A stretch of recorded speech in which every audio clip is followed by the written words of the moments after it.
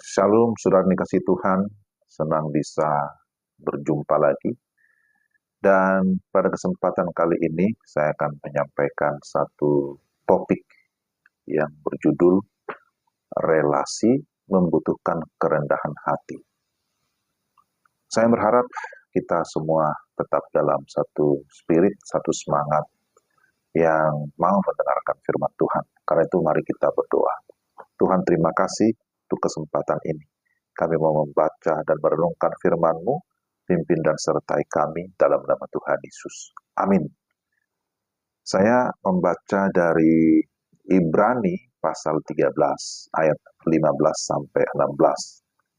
Sebab itu marilah kita oleh Dia senantiasa mempersembahkan korban syukur kepada Allah, yaitu ucapan bibir yang memuliakan namanya.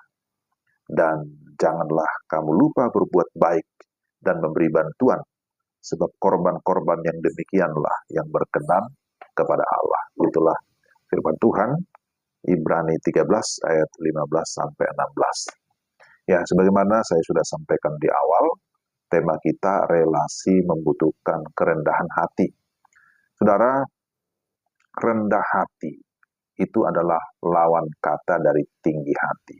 Ada banyak ayat di dalam Alkitab yang mengkontraskan kata ini, bahwa orang yang tinggi hati akan direndahkan, tapi sebaliknya orang yang rendah hati pasti akan diberkati. Jadi kerendahan hati itu dari satu kata, ya humilitas, humilitas bahasa Latin dari kata dasar humus. Ya, humus artinya tanah. Jadi orang yang rendah hati sebenarnya orang yang menyadari bahwa dirinya itu berasal dari tanah atau berasal dari debu yang fana. Sehingga ketika dia mengingat bahwa dia berasal dari debu atau berasal dari tanah, dia sadar bahwa dia terbatas dan memiliki banyak sekali ketidakmampuan. Sehingga dengan demikian, dia tidak bisa mengandalkan dirinya, kecuali hanya mengandalkan Tuhan, bergantung kepada Tuhan. Jadi orang yang rendah hati tidak menganggap dirinya lebih baik atau lebih penting dari orang lain. Tetapi orang yang rendah hati akan berusaha untuk menghargai orang lain, menghormati orang lain. Dan orang yang rendah hati sadar bahwa hidup ini adalah anugerah Tuhan semata-mata. Maka ciri orang rendah hati, sebagaimana ayat 15 dikatakan bahwa dia tidak meninggikan diri, tidak memuliakan diri, tetapi memuliakan Tuhan dengan mempersembahkan korban syukur kepada Allah. Itulah yang disebutkan di dalam ayat 15, bahwa kita senantiasa mempersembahkan korban syukur kepada Allah, yaitu ucapan bibir yang memuliakan namanya, bahwa seluruh perkataan, seluruh pemberitaan kita hendaklah bertujuan untuk memuliakan Tuhan. Tapi juga disebutkan dalam ayat 16, bahwa ciri orang rendah hati, maka dia hidup di dalam kebaikan. Dia berbuat baik, dia menjadi berkat. Maka dikatakan di sini, janganlah kamu lupa berbuat baik dan memberi bantuan, sebab korban-korban yang demikianlah yang berkenan kepada Allah. Nah, bagaimana kita dapat menerapkan dalam hidup sehari-hari?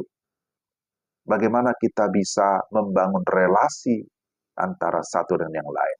Ya jelas membutuhkan kerendahan hati, karena tanpa kerendahan hati tidak mungkin terbangun relasi atau hubungan yang baik antara satu dengan yang lain. Kalau kita membaca mulai dari ayat 1, Ibrani pasal 13, diberikan contoh di sini bagaimana kita membangun relasi yang baik. Pertama, relasi dengan sesama atau dengan komunitas. Maka di sini dikatakan, peliharalah kasih persaudaraan. Peliharalah kasih persaudaraan. Jadi memang perlu ada sebuah hubungan yang baik dengan saudara-saudara, dengan komunitas. Nah, contohnya apa? Dikatakan jangan lupa memberi tumpangan. Jangan lupa untuk memberikan bantuan pertolongan. Karena memang konteksnya pada masa itu ada banyak orang yang kehilangan tempat tinggal ada orang kehilangan penghasilan, akhirnya berada dalam kelaparan, ada kesulitan, ada penderitaan karena iman kepada Kristus, mereka terusir dari tempat tinggalnya, dari kampung halamannya, dan mereka harus mencari tumpangan. Maka dikatakan di sini, pelihara kasih persaudaraan, jangan lupa memberi tumpangan kepada orang. Dengan berbuat demikian, dikatakan beberapa kamu sedang menjamu malaikat-malaikat, kamu sedang melayani Tuhan. Tapi berikutnya ada contoh bagaimana membangun hubungan atau relasi dengan orang luar. Ada kepedulian kepada orang hukuman. Ya, ada orang-orang dihukum karena ketidakadilan dalam ayat yang ketiga. Di sana dikatakan, ingatlah akan orang-orang hukuman, karena kamu sendiri juga adalah orang-orang hukuman. Jangan memperlakukan mereka sewenang-wenang, tetapi kamu harus tetap bertindak adil. Lalu, bagaimana membangun relasi di tengah-tengah keluarga, ini juga disebutkan ya.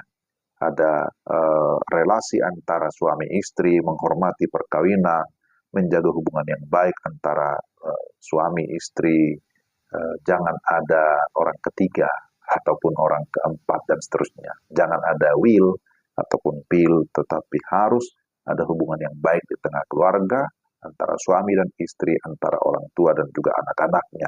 Tapi juga dikatakan dalam ayat yang kelima, janganlah kamu menjadi hamba uang, cukupkanlah dirimu dengan apa yang ada padamu. Artinya kita harus juga dapat menata hati kita, membangun hubungan atau relasi dengan diri sendiri ya. Ya kita juga bisa membangun hubungan dengan diri kita sendiri dengan kita menjaga hati, menjaga pikiran, menjaga komitmen kita supaya kita tidak dikuasai oleh dunia ini, tidak cinta akan uang sekalipun butuh uang, karena dikatakan cintakan uang adalah akar dari segala kejahatan. Lalu di dalam ayat yang ketujuh, kita juga diminta bagaimana membangun hubungan relasi dengan para pemimpin, baik itu pemimpin-pemimpin rohani maupun pemimpin-pemimpin secara organisasi ataupun dalam pemerintahan. Dan yang terpenting, ayat yang keenam dikatakan, sebab itu dengan yakin kita dapat berkata, Tuhan adalah penolongku. Artinya ada hubungan yang baik dengan Tuhan. Percaya bahwa Tuhan sanggup menolong. Jadi jangan takut dikatakan.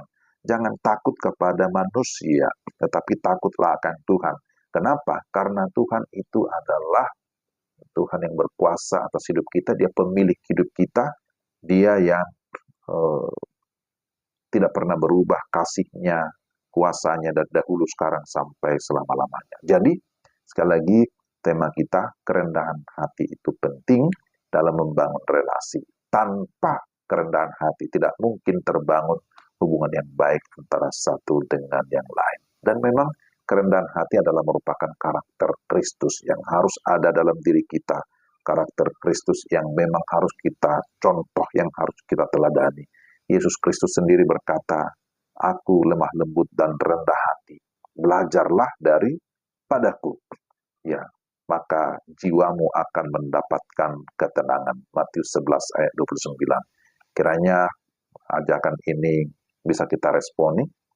Tuhan berkata, belajarlah daripadaku karena aku lemah lembut dan rendah hati. Bahwa kita semua memiliki yang namanya sifat-sifat ego, betul. Kalau kita tidak mampu menguasai diri kita, maka kita akan menjadi orang yang pongah, yang sombong, yang tinggi hati.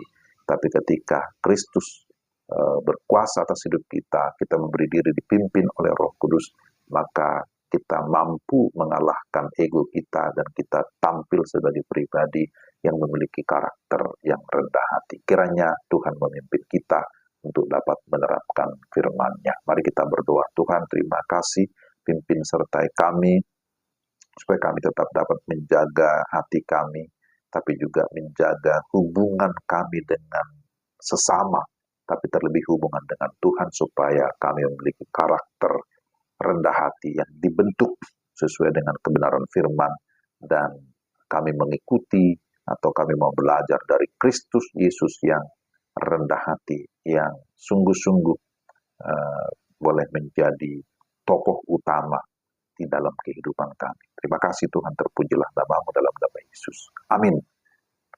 Demikianlah renungan kita hari ini. Tuhan memberkati saudara sekalian. Selamat beraktivitas. Salam.